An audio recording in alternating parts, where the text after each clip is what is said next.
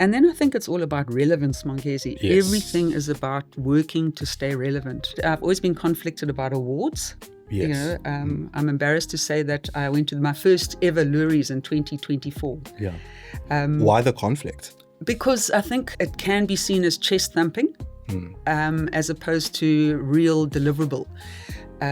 So I'm a convert now. I'm a convert Sure. now Okay. by Mark, and I'm not just saying that for Pritesh. I really I'm a convert now that creative awards are absolutely essential to position marketing as an innovation, as a point of innovation, Right. and differentiation, and that's what brands need. But I think we need to sometimes put a more considered hat on in terms of what are we delivering with our work in terms of proper goals. Yeah. I think marketers are used to being considered the poor cousin. I mean, there's no getting away from it. If there's a C-suite, we are generally excluded or very rarely included, and I think that's a perception that has to be changed. Dale Hefer, the CEO of the IMC Conference, joins us to talk about building one of Africa's largest marketing conferences. In 2019, when they relaunched the conference, they welcomed 500 delegates. Recently, in 2025, they welcomed over 3,000 delegates coming through from 20 countries. So in 2023, I had to pay a radio station to be there. And to me, a turning point was in 2024 when I had to choose who would be the outside broadcaster at no charge. Yeah. So I think that's when I realized, hang on, there's something magical happening here. Yeah. They grew even during lockdown when a lot of conferences weren't hosting, they were growing. So Dale joins us to talk about organizing communities, building communities of influence, collaborating with people, and how you build experiences that people don't just want to attend, but want to talk about. If you are superficially relevant, you're going to get bust very, very quickly. And a lot of people now with AI think, okay, well, they'll feed it into AI and it'll come out the other end and it'll be relevant. No, that's actually, if you feed an irrelevant idea into AI, it'll just be magnified on the other end. This is The Lead Creative. I'm your host, Mongezi Mtati. And today we're coming to you from Soul Mix Studios.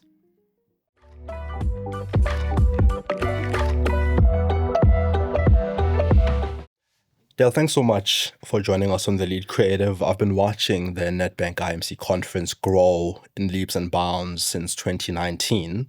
Thanks, Mongezi. It's great to be here. It's absolutely As I was saying earlier, awesome to have be with you. the Stephen Bartlett of marketing in South Africa. Thank you. No, not even close. Not even close.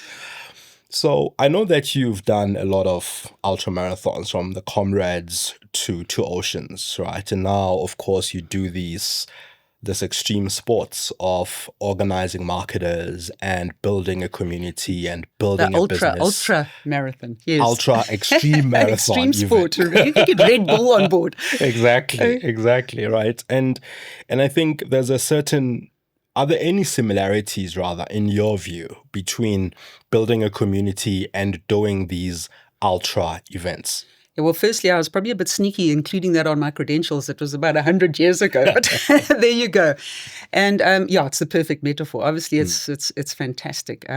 Those endurance sports, like us in marketing, require tenacity, persistence, building of, exactly as you say, community. If you're running along and you're battling and there happens to be a bus in running terms ahead of you, you'll jump on, get the support. You're fully committed from beginning to end. And there's always, most importantly, there's the target, the goal at the end, which is one of my big things with marketing and business is goal setting. So a beautiful metaphor, in fact. Thank you. When you acquired the IMC Conference, which is now, of course, the NetBank IMC, from Living Your Brand in 2018, excuse me, that was something that you saw in marketing at the time, or that was missing in marketing at the time. What is it that you saw at the time that remains similar today, and what has changed completely between then and now? Excellent question. I saw the need for, funny enough, in terms of the comrades chat, a community, a community type event where it's neutral. It's a neutral platform that everyone can get involved, including the associations, the bodies, all the different agencies, all the clients, including other banks. We're definitely not exclusive to Nedbank. And to build something where people can get on board just to grow the whole marketing conversation. I really saw the need for that particularly. And a couple of other things. I saw the need for a hard-hitting one-day event where there are no sales pitches. There's none of these 45-minute death by PowerPoint type presentations without sales pitches, where everyone's on board to share insights about the industry itself and how to better it. And then I also saw personally, it's always been a passion of mine with my youth in my previous career at Chillibush, is focusing on the youth. And so I decided I was really going to bring that to the fore. And so we immediately launched our bursaries. And you won't believe this, Mongezi, at our launch conference in 2019, we were cutting edge because we did a live stream on Facebook. Imagine, we're thinking pre-COVID here. Now it's like, But back then, just to get the youth on board, we did a free stream to those who couldn't afford on Facebook. And that just underpinned my commitment to help get the youngsters on board. So you mentioned a couple of things, Dale, that are very interesting to me. The one is organizing people, organizing associations under one roof and kind of collaborating with them. And of course, the question of the youth. A lot of us would look at organizations as they stand and think putting these two organizations in one room is going to be difficult and complex, and yet you did it. What is it that you believe led to them coming around the table? Or do we overestimate how difficult that is? I think we completely overestimated it. At our heart, we're all communicators. And I think that's the bottom line. Everyone really wants to communicate and talk benefits to the industries. And look, while there's obviously an industry benefit, there's obviously also benefits to each of those associations commercially, exposure-wise, and whatever else. So people who run those are business people too. But at our hearts, we are communicators, and this is the perfect opportunity for us all to get together. And we've really, around the conference, built a fantastic community from MASA to Gilly at the ACA to Pratesh to PRISA. And now we've started incorporating some of the South African chambers of business because it's fantastic to grow our community into the business space too, which is what we always promote as marketing is business. That's one of our key philosophies. There's something else that I sometimes like to ask marketers and people who are seasoned in the industry. I mean, you mentioned the youth. So what we often see in work that goes out there, marketing, communication, advertising work, sometimes work can be out of touch. So you can tell that there are seasoned, matured marketers and communicators sitting in the room making the big decisions. And yet the younger people who aren't as seasoned in the industry have less experience. How do you bridge the gap between the seasoned and the inexperienced younger marketer to ensure that work resonates to both ends of the table? Sadly, there's no alternative to inclusion. You've just got to include them now and grow them. And if I look back, we started doing this now, 7 years ago. These youngsters who we first brought on board then, the marketing students, the interns, the up-and-comings, they're now in really senior positions out there. And it's fantastic to see them grow. As I said, even in my previous incantation at Chillibush, we always had a very strong internship program. And I look at those guys now and I see that they're captains of industry.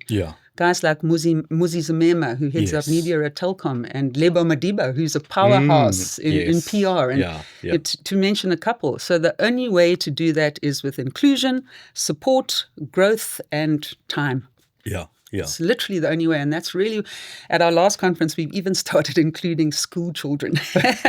I'm determined to get it from, I've got 17-year-old twins. And so I thought perfect opportunity to start getting them exposed. So their schools sent their business study students to the conference. And so now we've got, and as I mentioned to you earlier, we always have a youth component at the conference.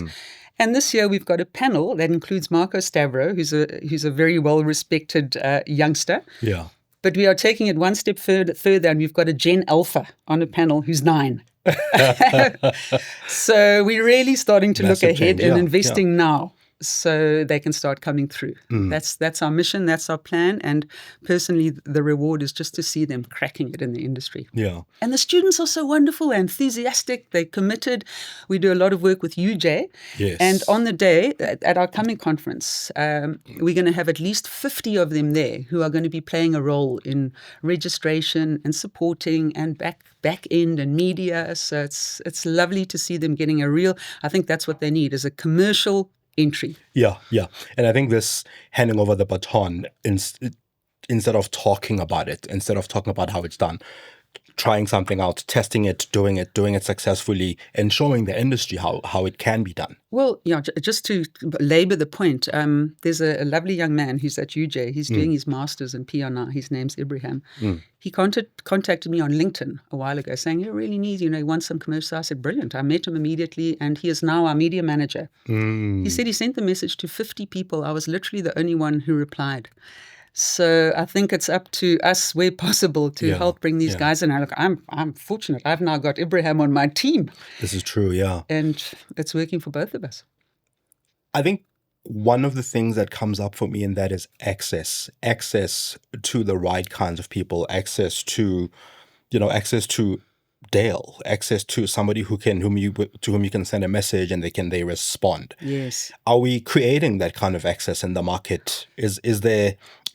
Are these people whom we admire as marketers accessible to us? And I'm not necessarily suggesting that, everybody should make time all the time. They're busy people. They're there because they're doing really important work that's changing culture. Yes. But how much access can we create as marketers to people who are coming into the industry? I'm sure we could do more, to be honest. I don't know about what happens on the actual rock face in terms of, I know people like Pepe at Joe Public does a lot of work on that front, and I know what a lot of the individual agencies do. But as a groundswell, I think we need more public-facing initiatives. I know also the Creative Circle does a lot, the bookmark. There's a lot of initiatives, but I'm not sure about the actual face-to-face time that is happening out there. And perhaps there's an opportunity to formalize that. I think there always is, and it's something very much in the back of my mind, actually. Yeah. Some of the things you mentioned about the conference to me talk about the experience that the experience that you are uncompromising about the experience, uncompromising about that ultramarathon you were talking about. Exactly, right. About the quality of the speakers that you get in there, which an ultramarathon parlance is fueling, right? Yes, exactly. And that does a lot, of course, in making this experience what it is. And I mean, I've been on the other side quite a lot, where I've had a CEO or a senior to me or somebody in our company wanting to be a speaker at the IMC conference, and they were rejected, right? And I think you can sense the quality, the quality of people, the caliber of people, the level of people who are there. Yes. I also know how difficult it is to organize a community of people, let alone a community of people who are as busy as all of these marketers. Where was the turning point? What would you say was the turning point for you when you went from 500 delegates in 2019 to when you felt like things flipped and more quality speakers were saying yes, or even requesting to be on the IMC stage? Well, firstly, we are ruthless in terms of our speakers. That is something we've done from the very beginning. We have to push back. In fact, we're running a waiting list for 2027 at the moment. But the turning point, I suppose there are a couple of things that stand out for me. Obviously, 2019 was fantastic, and I've got Nedbank to thank for that, because we had Kenzie's support as our naming partner, and the gravitas that came along with that, which has been incremental over the years. But after 2019, we went straight into COVID, so it was an interesting challenge. But when we came back live, so my thinking is from 2023, things really started happening. And my benchmark is I've got a couple of strange little, I suppose it's like, let's get to that 10K mark. And one of my 10K marks in my head was having a radio station doing an outside broadcast Right. from the conference. To me, that was always, wow, that. Yeah. And so I thought, no, man, I want it, but obviously I'm going to have to pay. So in Yes. 2023, I had to pay a radio station to be there. And to me, a turning point was in 2024 when I had to choose who would be the outside broadcaster at no charge. Yeah. So I think that's when I realized, hang on, there's something magical happening here. Yeah. 702 came on board. Last year we had SAFM. And this year, all things being equal, it'll be Metro. So we are really proud of that. And I think that's a real benchmark when I started realizing, hang on a sec, there's real value here. Yeah. And then, just when we were back in person, just the caliber of our delegates. We would have, even last year when I was saying to someone the other day when I was at the conference and I'd at lunch, I'd walk through and it would be like bumping into marketing royalty. There'd be Mzamo, Masito, Kaya Dlange there, obviously Kenzie and Andisa, and then you bump into Pepe, and it's just beautiful. And I think that's where the real value of the conferences has come in, is that it's appropriate to every level of every communicator in our industry, right from students to senior marketers, bringing their entire teams. And that brings itself with it its own challenges of making the agenda just right. Yeah. Because obviously it's got to be appropriate to everyone. Of course, before the NetBank IMC, you had built and sold Chillibush, and you had a firm grasp of building brands, building communities, and all of these things. How do you think that experience helped you to build this? Because from what Chillibush was to what the NetBank IMC is today, of course, while they are different in their offering, there's the same level of quality, the same level of the same essence of building something really solid and massive. How do you think that Thanks, experience? Stop! How do you think that background helped you in building this? Yeah, I think it was essential. And funny enough, when I talk about Chillibush, people think, oh, you always loved advertising and marketing. I didn't. I just always wanted to have my own business. Yeah. That's what inspired me. And very naively, back in the 90s, I thought, let me start an ad agency. How difficult can that be as a business? Yeah. So I started and I realized very quickly that it was real. Yeah. And so I think that always gave me a business mindset in both marketing and running the business, something that I've subsequently applied to absolutely everything I do. I mentioned earlier about the goals. Yes. I'm obsessed with goals and detail and training and preparation. I drive my team mad. I'm very hands-on. The devil's in the detail.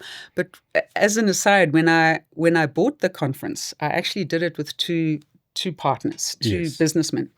And I realized very quickly that these guys had the total wrong perception of marketing. They thought it was a golf day, a bit of fun here and there. And so I kept on saying to them, guys, but marketing is business. Marketing is business.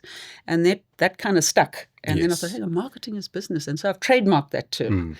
And I own that term. And that kind of underpins a lot of our thinking when it comes to marketing. That it is a business. It's got to be run like a business. It's a marketing conference, but it's a business.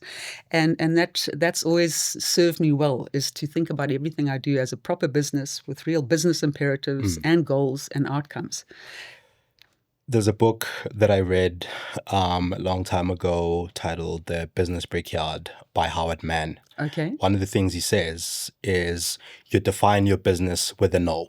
In as much as you define your business with what you do, you define your business with what you aren't, right? Right. And I know that the IMC conference isn't an expo. It's not, it didn't grow to become one of the conferences that started out around the same time as a conference that organized people that today are expos and exhibitions and with 100 exhibition stands 100%. In Sandton Convention Center or the Gallagher Estates. Yes. What are some of the decisions that you had to make to say, no, we are not that, we are this? And because I know that when you do that, you differentiate yourself in the market, but you also get backlash. You also get pushback rather than backlash. What's some of the pushback that you got, and what are some of the decisions that you have to make every day to go, no, we are not that, we are this? Yes, no, 100%. That's another excellent question. Thanks, Mongezi. I guess when I started the conference, I didn't really have a differentiator. Now we can say we're Africa's biggest marketing conference, but obviously back then we didn't have it. So I set up some distinctive values that I thought I'm going to base myself on these. The first one is I'm going to be a one-day conference. Yeah. Because personally, I find that if I go to a conference that's spread over 3 days, it becomes listless. People pitch and then don't pitch when they want to, and there's always just blowout with those conferences. So I decided that's going to be one of my distinctive values. We're going to be one day. Secondly, we're going to be hard-hitting presentations, 15 minutes, no death by PowerPoint, no sales pitches, no sponsored speaks. Yeah. So that was another one. And then the third one was exactly as you say, around an expo. We weren't going to have a million stands, tunnels of exhibition spaces. And so... Free lanyards. Yeah. we give a lot of that. So we have I know we have a sensational goodie bag. Yeah. So there's obviously things we pick and choose, but I've had to push back a lot over the years with people who firstly say, well, we'll sponsor you as long as we can speak. Some of the biggest corporations, and they just cannot believe it when I say, I'm sorry, we're not going to take your sponsorship and you can't speak because your story isn't interesting. Yes. And so that's probably been the biggest thing I've had to push back on. The second thing is just around the number of exhibitors. Yes. We call it. Once we've sold a certain amount, we call it. So we don't keep on growing and growing and growing, because I'm very cognizant of the fact that we've got short breaks. Yes. And there's only so much you can do in a break. So I'm not going to tell someone rubbish that, there'll be millions of people past their stand and so forth. That's not what we're about. Yes, yes. We've been approached by companies to partner with them as the conference component of their trade show. And I said, no, in fact, I have a benchmark in my head, and that's, I picture some of the senior CMOs in our industry, and I think, could I see them walking around that trade show? Yeah. No. And then that encourages me to push back. I think that's defining your audience or your community really well, I think is a really important one. Yeah. So, I mean, there's somebody sitting out there who's building a podcast like myself, building a community, building a conference.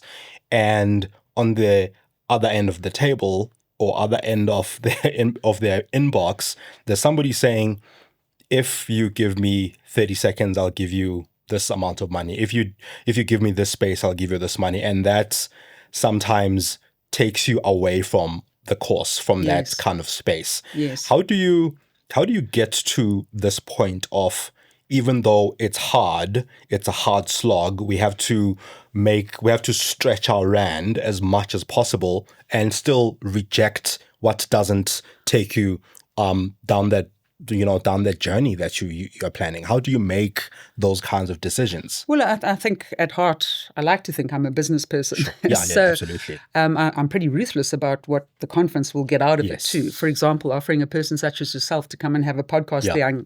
Yes. I'll sell it to Mongezi as he's going to get all this exposure and what have you, which he will. But I know at the bottom, at the bottom of it all, I will get solid, credible exposure. Yeah. So it's basically just applying that filter. What works for us both? I try to be ruthlessly ethical, so I'm not going to mislead anyone in terms of what they will be getting at the conference. So I think it's just a case of putting on a business hat and assessing every opportunity as it comes up. And it's interesting to see how the conference has evolved. For example, this year I'm looking at creating you remember last year there were podcasters, there were lots of podcasters, and we run a fantastic system where everyone gets walked through to be interviewed. But now I want to create a whole podcast center, with an umbrella brand that can. So it's all held together as a proper entity, and it's more formalized. So that would be separate from the radio, for example, the outside broadcasters and the MDDA stations that'll probably be there. Last year we had the TUT campus radio, right, and this year we'll be having more. So it's and that I love, because there you're uplifting a campus, and you're offering a youngster an opportunity, and you're starting to get your foot in at that door. So it's all a case of bells and not bells and whistles, seesaws and turnarounds, and seeing how the ecosystem works for everyone. It feels like a long waffle. Did that answer? No, Did that answer your perfect question? sense. Yeah, it makes perfect sense. I mean, I think for me, it's about being driven by the goal, as you said earlier, but also understanding who you're serving and being able to serve those those being able to serve the people you're serving the right way, number one, but also seeing what you benefits as well. Well, and I can cite an example that's happened very recently, actually, in the last 2 days. There's an association who we partner with and we welcome them with open arms. But they've started saying, we want more. We want more exposure. We want to be seen more. We want an individual welcome. We want a speaker slot. And I've got to say, I've got a very careful ecosystem of associations and bodies who I'm trying to make fair for everyone. They all want to be part of the conversation. So it's just a case of regulating that. And at the same time, I've got to be commercially minded. I've got children to send to school. Yeah, for sure. Marketing is business. Absolutely. But it's all a case of realistic expectations both ways. As a content creator, a marketer, an agency, it gets really difficult finding a place, a studio where you can just come in, do the work, produce the work, and leave. That's why this episode of The Lead Creative is coming to you from Soul Mix Studios, where we just came in, set up. In fact, you didn't even have to set up. Actually, everything was taken care of, headache-free for us, which is the best thing when you are an agency, a marketer, or somebody creating content. So for all your audio, podcast, music, and post-production needs, check out soulmixstudios.com. And hey, tell them you're coming from The Lead Creative, and they'll give you 30% off your first project at Soul Mix Studios. Now back to the conversation. We've been talking about how you've been organizing marketers, into a community for years, and how a lot of the time you are, at least a lot of us, aren't able to be in these rooms with all of these people at the same time, and the quality of people at the same time. In your view, what turns an audience who attend a conference, attend an event, into a community that wants to meet every year and feels the need to join? Because a lot of the time brands talk about communities, people talk about communities, but actually just have audiences, and you've managed to build a community. Where's that turning point? I think the turning point is making everyone want to be there for the day. And that's the fine balance of creating our agenda. I'll give you an example last year. I don't know if you remember Welcome Witboy we had as one. He was a gangster, fantastic speaker, motivational speaker. He was a gangster made good. He was the CEO within the prison, but he decided to get out, and he's created a fantastic career. And I thought, I really want this guy. But of all our speakers, we got backlash because they said, why should we support crime? It's seen as though we're supporting crime. And I said, no ways, we're talking about a redemption story here. Yes. And so I stuck to my guns. And even though we've had some negative feedback on that, we've had remarkably positive feedback generally. And I think creating that tension and that excitement and that a bit of conversation, a bit of conflict is what works for us. And so we always try and bring in a little bit of controversy. So people will want to be there, and they're not just going to, it's not vanilla. As you know, the day is never vanilla. No, absolutely not. And it's one day, and it's on time. Donovan Goliath is our MC, and I are ruthless on that front. So I think you mentioned conflict, and I want to just double back on that, because there's a lot of, there are many things that make us different online, and you realize them very quickly in the conversations that are happening among people. I realize it all the time, and anybody who's online will see that we are so divided on so many issues, and sometimes brands, people, events trend for the wrong things. As a community builder, as a marketer, as an entrepreneur, how do you lean into conflicts in a healthy way that benefits and grows the community? Yes. I guess it's a case of sticking to your guns. I went to talk with the wonderful Mzama Mazito recently, and he was, what Mzama's like. He said, we should never be dependent on earning money from anyone. I said, that's well and good if you're at your station of life, but everyone else on the planet needs to earn a buck. But you almost need to think like that. That am I compromising what I'm doing here for a buck? So I always like to apply that filter with a reality dose, and make sure I'm not compromising my values and conference values for Yes. an outcome that I don't know that I know in my gut isn't right. And then I think it's all about relevance, Mongezi. Yes. Everything is about working to stay relevant.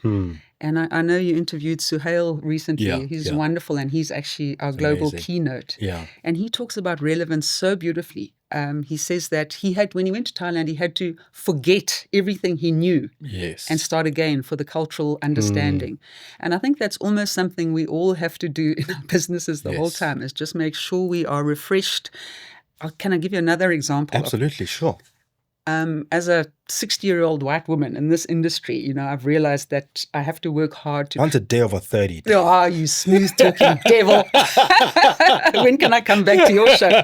But thank you. So I realized that I have to work hard at trying to be relevant. And a typical example of this was, I thought, personally, I need to learn Zulu. So I'm terrible at it, but I've been plugging away for years. And shame the guys at VDE and everyone, they're all very patient with me. They're probably rolling their eyes. But I remember one time I was in a Checkers or a Woolies, and those ladies cleaning the floor. Yes. And they have their beautiful territory of freshly cleaned. Yes. And then you come to it and you look at them, your eyes meet across the mop. Yeah. And you think, am I going to walk on tiptoes? Yes. Or am I going to go around? Exactly. Am I going to hurdle the bread counter or go around aisle 46 or walk through it? Yes. And so in this particular instance, we sort of met, our eyes met. There was nowhere for me to go.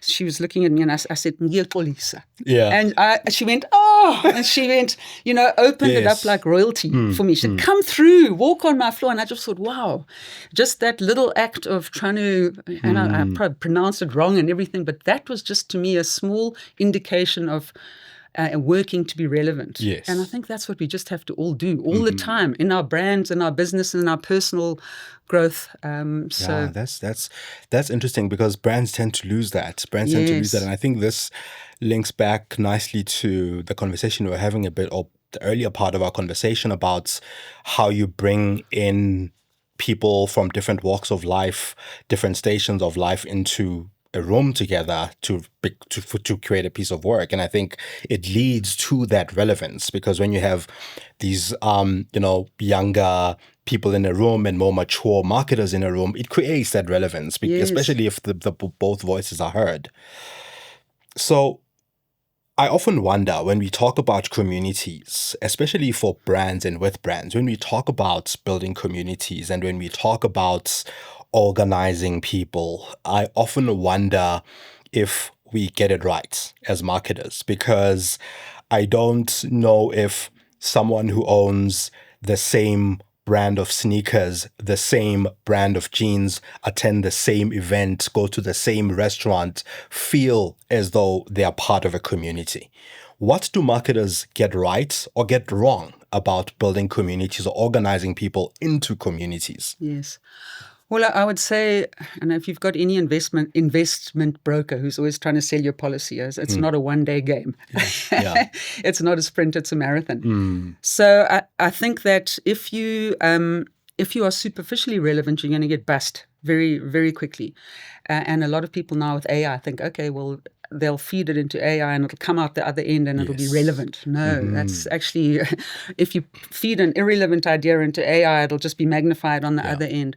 So I think building that trust and that relevance and that community is just around listening, but being firm to your own values. And if I'm in a room, I will love listening what the student has to say and what the CMO has to say. Yeah. And I have often, Marco Stavro, I'm sure you know Marco well. He's the Gen Z guy, and he's a prodigy in his understanding of the youth. He has given me so many insights about don't do that. It's not going to work. Yeah. For both the seniors and the juniors. And I think you're absolutely right. So it's a case of listening, researching, going to conferences like ours, and that's not a punt. Although you can get tickets at www.imc.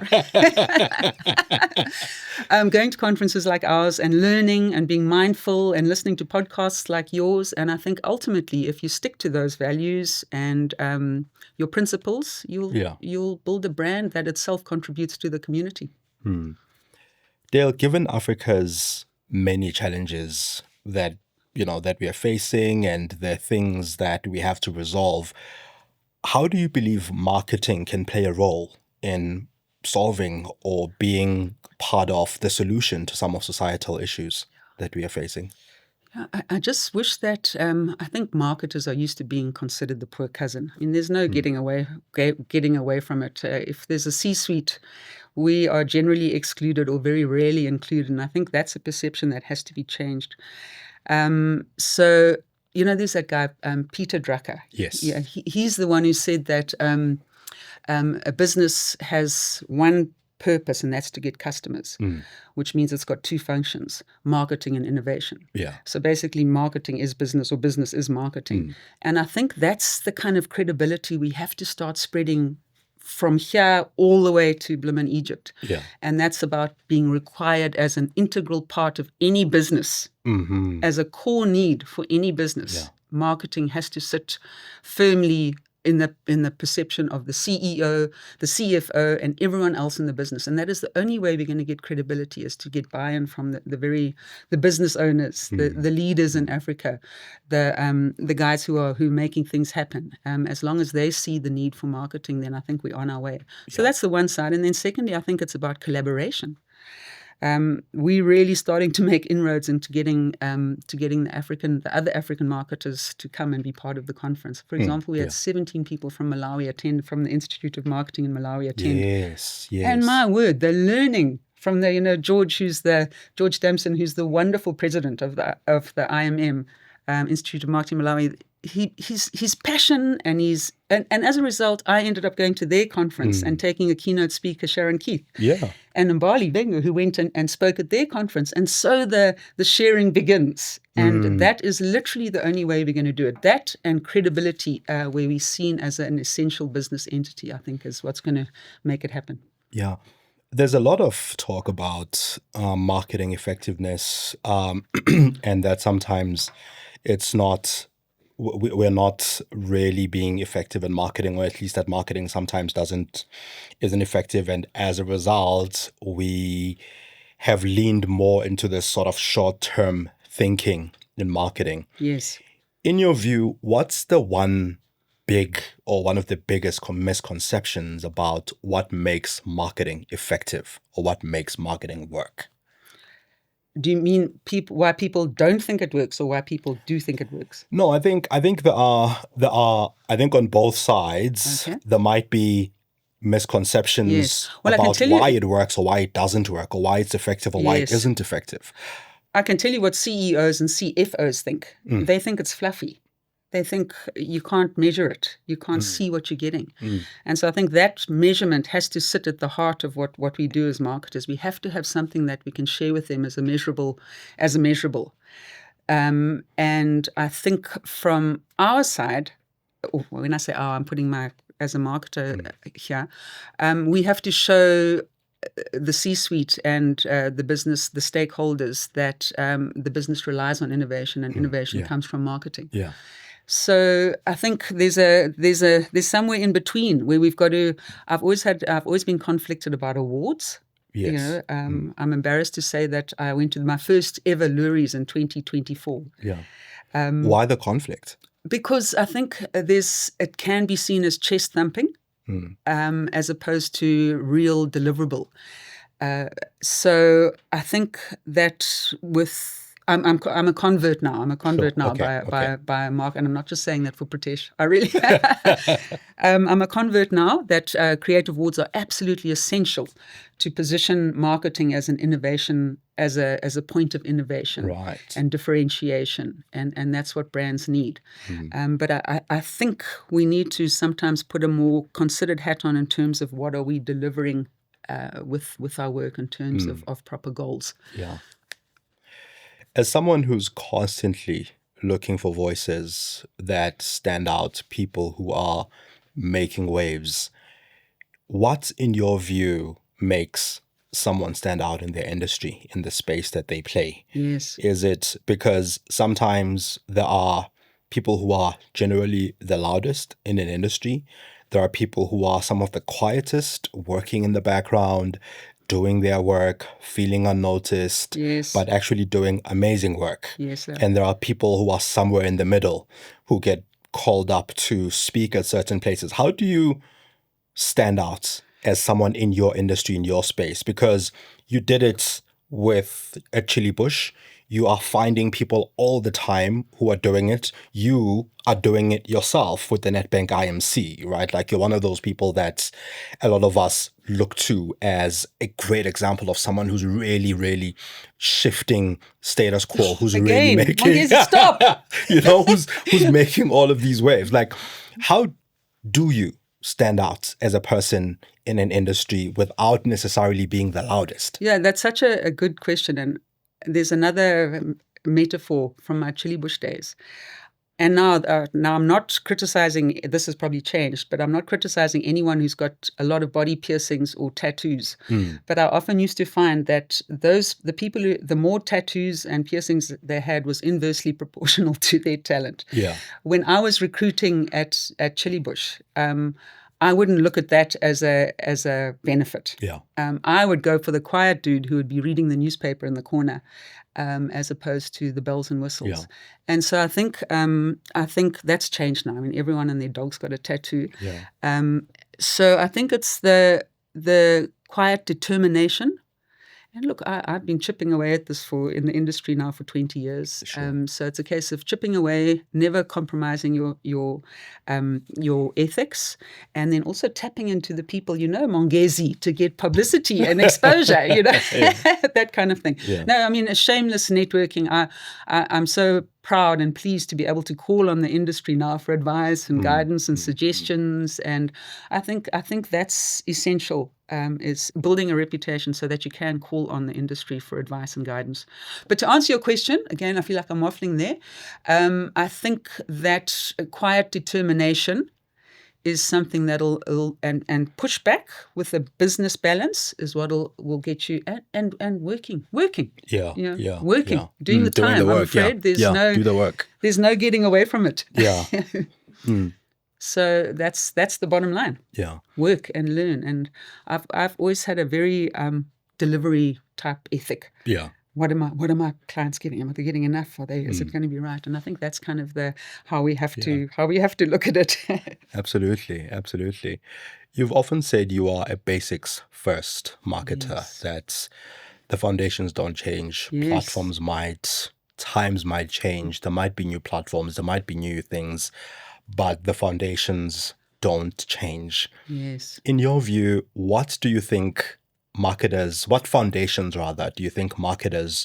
downplay? Yes. And what do you think are some of the things that marketers sometimes overestimate and exaggerate instead of focusing on the basics? Yes, I think that's a great question too. I mean, and I'm always a bit nervous of what terms still apply because I've been in this industry for so long, but things like, for example, the USP. Yes. The unique selling proposition. To me, this is a tried and tested formula that should always be applied to every business. And in fact, brand.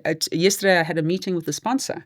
And so I was saying to her, right, so she was telling me what her business did. It's a very impressive global business. Yeah. I said, and what do you do differently? And she says, oh, yes, our USP is we outsource project management. So I said, okay, that sounds great. I said, so your competitors don't do that? Yeah. She said, yeah, no, they do, but we do it differently.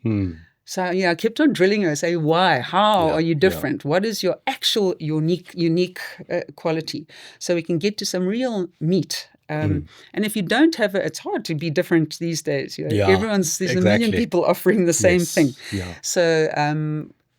So if you don't have an actual differentiator, then choose some distinctive assets or values and really stick to those and promote them. At Chillibush, when I first started, we had nothing. So I decided client service was going to be our thing.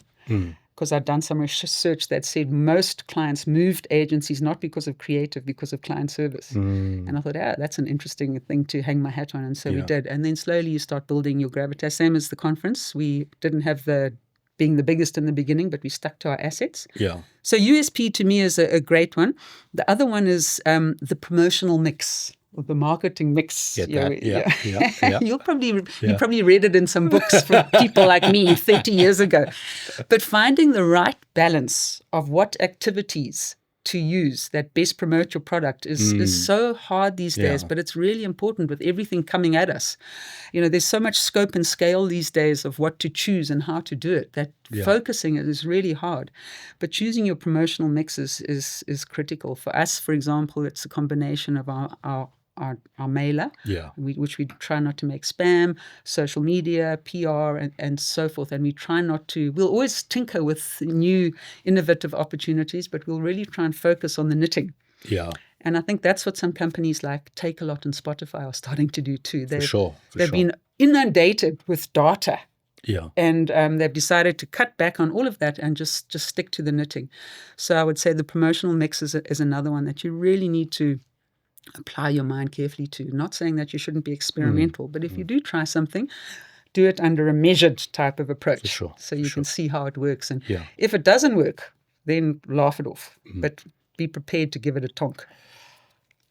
I think this thing that you're talking about now about, I guess, being being measured in your approach, but also be serving people who want to kind of be served, and being sort of focusing on them and focusing on what those assets are going to be. There's a lot happening in marketing right now and in the markets, with people faced with so much economic pressure, with things that are changing quite a lot within the marketing space. What do you think brands need to do to stay connected to the people they are serving? Because to your point, everybody, or at least there are many people doing the thing that you're doing, where it's difficult to find your unique space, your USP in an industry. Yes. And sometimes you can decide what the USP becomes and focus solely on that thing. And because there are so many people doing what you are doing, it's hard to kind of stay connected, to stand out. How do you stay connected as a brand to the people that you serve? You mentioned that your newsletter isn't spam, for instance. You focus a lot on the experience. You focus a lot on the quality of the experience. How else can brands and marketers stay connected to the people they are serving, so much so that they're the go-to in that particular space, in that space for that customer? Yes, I mentioned earlier about listening. Yeah. Everything's about listening. That said, we did a survey after the last conference. If I didn't know we were doing it, I'd said I don't want to, because it's so conflicted. One person says, "Oh, the food was terrible." Another person said the food was great. Yeah. So you have to. You can't be swamped by your one person sending you off on a wild goose chase about some negative thing. So I think if you know in your gut what your real assets are, and you're listening to make sure there's no negative sentiment around those assets, so you can stay true to your brand, because those assets are your brand. That's critical. And the way you do it, I know Suhail, because I really enjoyed that interview, he said that he picks up the response to his campaigns on social media. Yes. And obviously that's, if you use a company like Ornico, which we do, we're proud to partner with Ornico, they'll measure the sentiment, and you'll know pretty quickly if there's something that is consistently coming across as negative or positive. And so you have to really have your ear to the ground in terms of what's happening out there. But I think if you, like this woman I spoke to yesterday about the sponsorship, who wasn't sure of her own company, her own brand's USP, I think you have to make sure you understand exactly what your brand stands for, so you can be the embodiment of it in everything you do. And then I think the other thing that we all need to remember is that our market isn't just our customer. We've got our internal stakeholders, we've got our colleagues, our staff, our client. And as soon as you start mistreating them or coming across as unfair, or paying lip service to something like youth upliftment, and trying to mislead people with your brand, you're going to get bust, especially with the youngsters out there. You are going to get bust, so don't do it. So I would say try and be ethical. Don't misrepresent what you are doing in the marketplace. You have to be sincere with your offering, but before you do that, you have to actually know what your offering is and why it's different. Yeah, that's a powerful way of I think thinking about it. In fact, one of the things, I mean, there are many things that we talk about, some of which become buzzwords. Relevance, you mentioned relevance. Relevance is one of them. Authenticity is another one. All of these things. But I think being ethical is what really tells people that you stand for what you say you stand for. Yeah, I think there's no compromise on ethics there. Yeah. And it'll spread like wildfire. I mean, especially in today's age, boy, if you're going to get cancelled, you're going to get cancelled bad. Yes. So I think you need to be ethical, but you also need to push back. Yeah. You don't want to be bullied into offering something or doing something. For example, I got approached by someone who wanted to do a youth initiative at the conference where 500 youngsters would attend. And, I thought, oh, yeah, that's aligns with my thing, but it's going to, no offense to youngsters, it might just dilute my delegate base, and I had to push the essence back. you've built, the essence I've built, and thank you to Marco again, who came back and said, don't do it. That's not right for your brand. So while it ticked off my youth, all my youth mission, it wasn't right commercially. So I had to say no. I'm sorry. And if they came back and said, oh, so you're just paying lip service to you, I say, I'm sorry. Yeah. I'm also a business. Yeah, I've got my own youngsters at home. This is true. This is true. So there are a few takes on trends, right? The one take is follow them cautiously and do your thing. The other take is if you follow trends, you're not really creating or changing anything. Yes. So besides AI, what other trend has shifted how marketing is and will continue to change the space that marketing plays in? Gosh.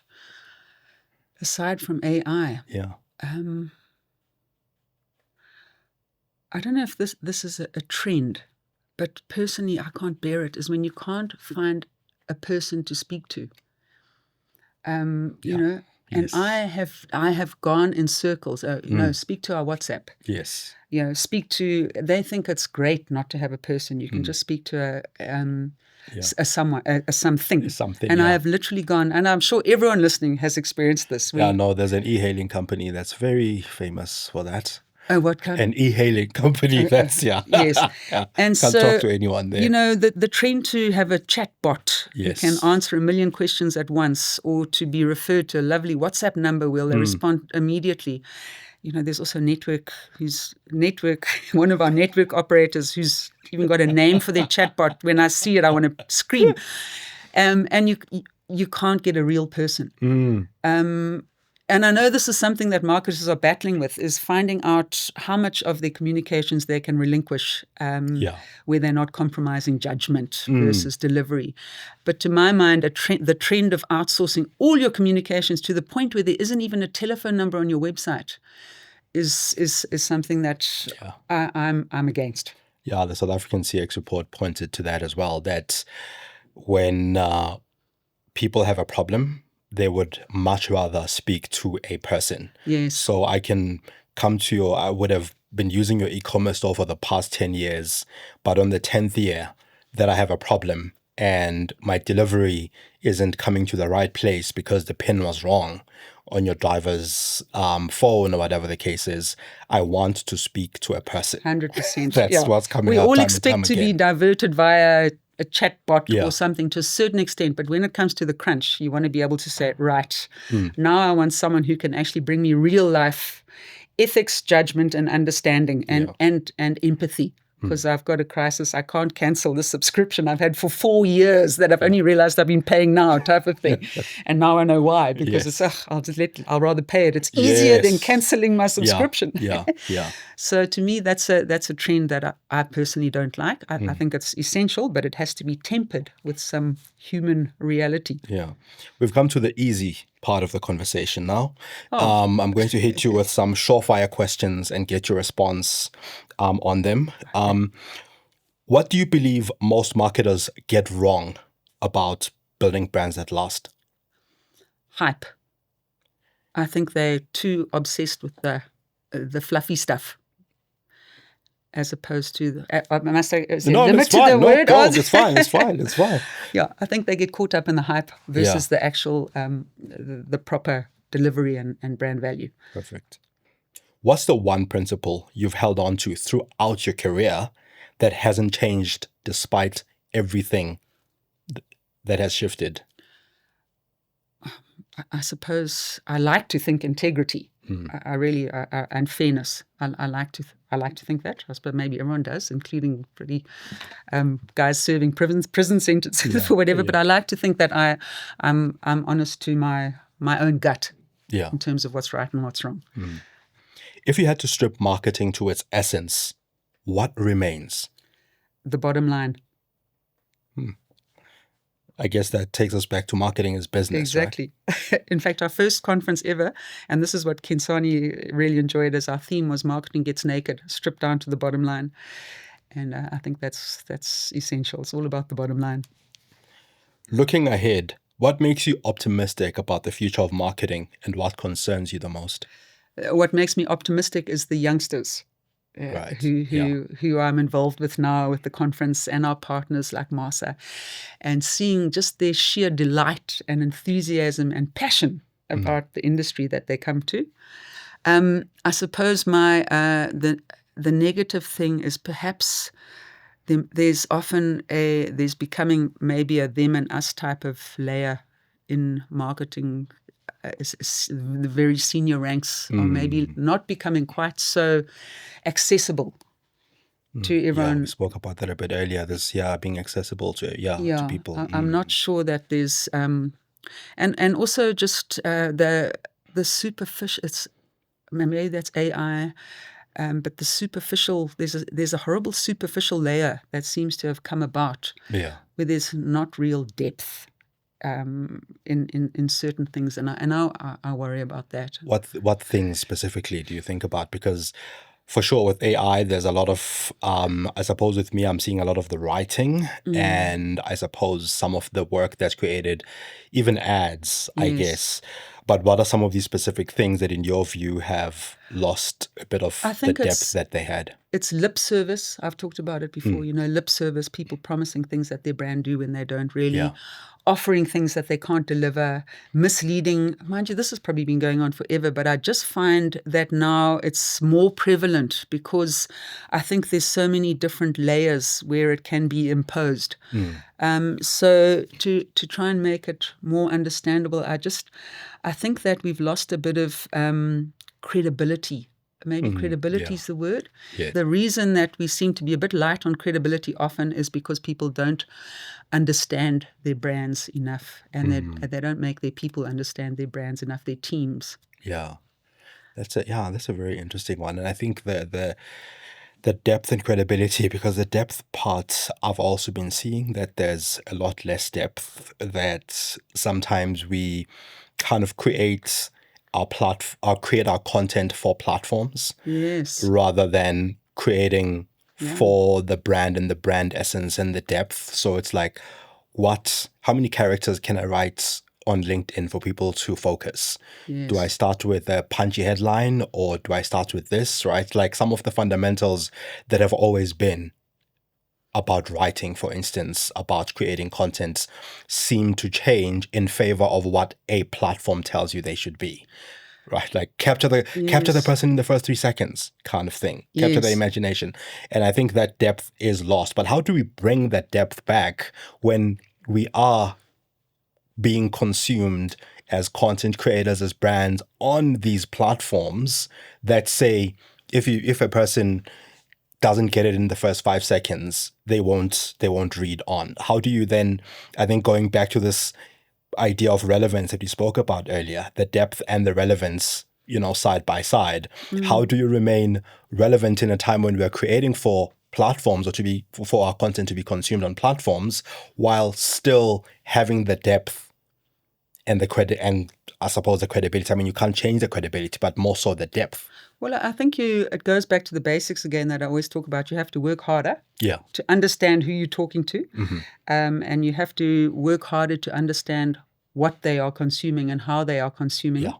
And you have to make sure that as far as possible, you have put yourself, and I think this is critical, you have put yourself in the place of your consumer and checked it, given it the acid test against what you are seeing. Yes.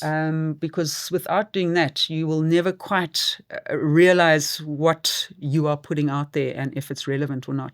So you've got to just put yourself in the step in the position of your own consumer to make sure that what you're putting out there is right. I get it. So yeah, but it's work. You know, you cannot just feed it into AI and Sure. churn out what it spits out. So it's a case of applying yourself, and that's always what differentiates everyone in any industry is how hard you work, how determined you are to succeed, how scientific you are in terms of your goal setting and your objectives, and measuring the outcome of those against what you've set in terms of your own goals. Therein ends the lecture. That's the sermon. No, it's a good one. It's a good one. Dale, we ask our guests to pass the mic to our next guest by leaving a question for them around marketing, creativity, building brands, and everything that we've been talking about. So Nomfundo Ndlangisa, the head of marketing for Stellenbosch Business School, who's in the top 5 IAB's brand representatives, left you a question. Yes. And the question she left was, how do we bring back the time to think in marketing? Because in her view, that's what would bring back the core of marketing. Like, we don't have time to think. We are going from one thing to the next. Yes. And in her view, sometimes chasing the silver bullets that would win us the audience, win us this, get us there. And we don't stop long enough to think and to come up with this really great insight. How do we bring back that time to think? I think the only way we can do that is to set up sessions with other people, whether they're youngsters, colleagues, partners. In her case, she's got 1 million students to call on, to have sessions. In the old days, we used to call them. We used to do a lot of those tests before we put out an ad. Yes. Focus groups. Focus groups. Yeah. Yeah. And I think if we can find the opportunity, and I'm also a culprit. And for example, we've just taken on an intern, a fantastic designer who also happens to be at Stellenbosch, and I forced myself to set up 1 hour with her every 10 days or so, where everything's, and I force myself to try and share some insights around the industry and impart some of the stuff I've learned along the way. And it's just a case of literally shutting the doors, creating that space, and interacting. I don't think there's any way around it other than doing it like that. Yeah. Yeah. So and it's been wonderful for me because I've had to create this time. Yes. Because otherwise I know she wouldn't be an intern and I would lose her skills. So I have to do it, and I love it because it just makes me realize I bounce things off her that we're doing, and just to get that feedback from her is just lovely. So yeah, I think on this I suppose one-on-one human insight. Yes. I mean, I've been at the NetBank IMC. I saw how it was on the day. Right, like you are pulled from all sorts of directions, having to talk to media there, having to do this thing there, and you have of course, hugely capable team that delivers on the experience, right? Yes. How do you without you being there? I mean, I know that a lot of entrepreneurs have answered this question, but I'd like to get your take on how do you, without being there in person, ensure that the experience from the food to the speaking to that the experience is shared from one person to the next so well that an intern coming in on the day is able to help you deliver on that experience? How do you do that? I think, again, it's just about communicating. It's about, for example, our intern Katie is spending the time to tell her what our brand values is, to tell her not only what a USP is, but what our USP is, and to try and make as much time as possible to spend with my colleagues, and so they catch on to the culture.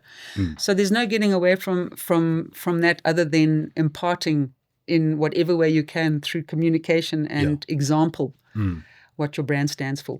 Obviously, it's the old catch-22. There comes a time when you have to start relinquishing certain things. But all you can do is try and put the bedrock in place in terms of communication and sharing to your colleagues and the people who implement your product. Yeah. Dale, now it's your turn to pass the mic to our next guest. Okay. So what would you like to ask our next guest about their creative process, marketing, building brands, or anything to do with, I suppose, the creative industry? Okay. I guess based on all our going on around AI and what have you, I suppose one question is to ask that person, what would be the one skill or the one thing that they cannot delegate to AI? What would be the one thing within their marketing department or their team that they feel is too critical to delegate to AI? Interesting question, Dale. Thank you so much I for said, all oh the no, man, is it insights. ended? Thank you, Mongezi. Thank you for Fantastic. sharing. As It ever, I'm was, looking yeah, it forward was to working amazing. with you at the conference again. Yeah, I look forward to that. That's Yeah. exciting. It was great doing it last year. Yeah, and appreciate all the insights. And I think one of the many things that I get out of that is, I suppose, relevance, and relevance in very many ways. Relevance to the community you're serving, relevance to your cause and your USP, and I guess sticking to your guns. I think that's one of the things that we find hardest to do. How Yes. do I say this is the journey we are taking and stick to it despite Without whatever's compromise. shifting, without compromise, without seeing the next shiny thing and following it. So thank you so much. I Thank you, appreciate Mongezi, as making always. the time. Thanks, eh? Thank you. And thank you for watching The Lead Creative. If you haven't subscribed, please hit subscribe below. And as I said earlier, we're coming to you from Soulmix Studios. And if you come here for your first project, tell them we sent you. You get 30% off. Stay curious.